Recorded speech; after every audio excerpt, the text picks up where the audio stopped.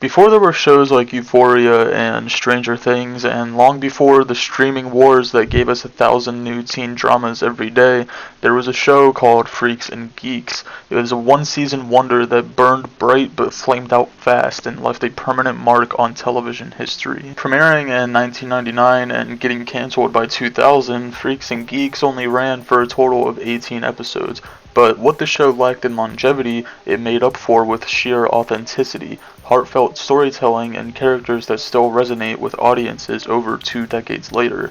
So what really made Freaks and Geeks so great, and why does it still hold up in 2025? Set in the early 1980s at the fictional McKinley High, the show follows two groups of teenagers.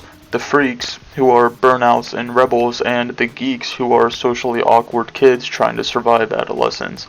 But unlike other high school shows, this one wasn't about glamour, it was about realism. The hallways weren't polished, the lockers were dented, and the clothes were awkward, and the characters were painfully, beautifully real. Lindsay Weir, played by Linda Cardellini, is the heart of the show. She's a former mathlete questioning who she wants to be. Her journey reflects that timeless teenage dilemma: stick to expectations or break the mold. Then there's Daniel Desario, played by James Franco. He's a charming, lost, and far more layered than your typical bad boy type of character. And of course, the geeks, Sam, Neil, and Bill. Each one captured the agony and hilarity of growing up with almost painful accuracy.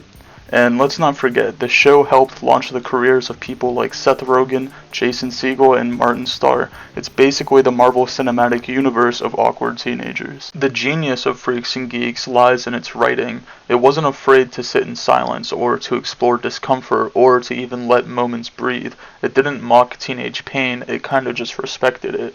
Paul Feig and Judd Apatow created a show that understood adolescence is not just cringeworthy, it's formative, emotional, and often unresolvable. Most episodes didn't really tie up neatly. Just like life, things don't always work out, and that's what made the show feel so real. And the show Freaks and Geeks still works today just because its themes are timeless. Identity, belonging, and insecurity, trying to figure out where you fit in. It's also a rare show that didn't pander to the audience. There's no artificial drama or forced cliffhangers, just genuine, often hilarious, and often painful stories. In a world of glossy Netflix dramas and fast-paced TikTok edits, Freaks and Geeks feels like a slow-burning mixtape from a friend who really gets you. Despite being cancelled prematurely, Freaks and Geeks found life in reruns, DVDs, and eventually streaming. It developed a cult following, and today it's regarded as one of the greatest one-season shows ever made. It paved the way for dramedies like Euphoria or maybe The In-Betweeners, but none of them quite captured the same sense of raw, awkward, and hopeful humanity. Freaks and Geeks reminds us that growing up isn't about big moments. It's about the small ones, the ones where you feel seen or misunderstood or just plain weird. And sometimes those moments come from a little show that barely made it past one season and still managed to live forever. Most high school shows are about events, prom, parties, first kisses, but Freaks and Geeks was about the moments in between, times like getting called a nerd, or standing alone at lunch, or pretending to be someone you're not just to fit in. The writing was slow, thoughtful, and deeply human. In one of the most powerful episodes, Bill comes home alone, eats a grilled cheese, and watches TV. That's it. And somehow, it still hits hard, because it shows the quiet sadness so many kids carry, the loneliness that nobody talks about. Or in the Halloween episode, Lindsay ditches her mom to go hang out with the freaks, and she eggs houses and she loses a piece of herself.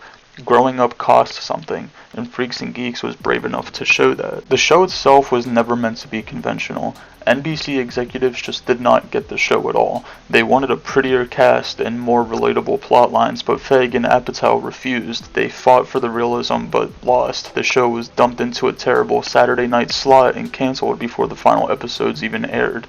But even in its short life, it still planted seeds that would grow for decades. So what if we got a season 2 of Freaks and Geeks?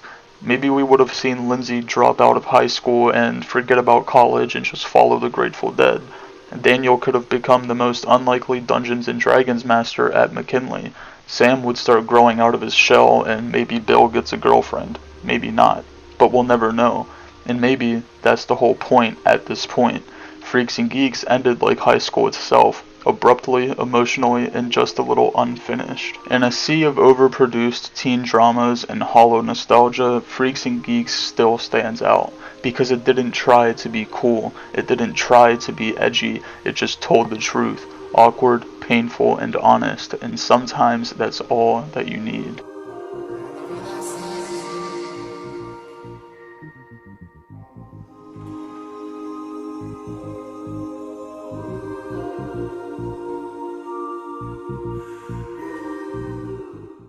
Greetings, princess. It is I, Carlos the dwarf.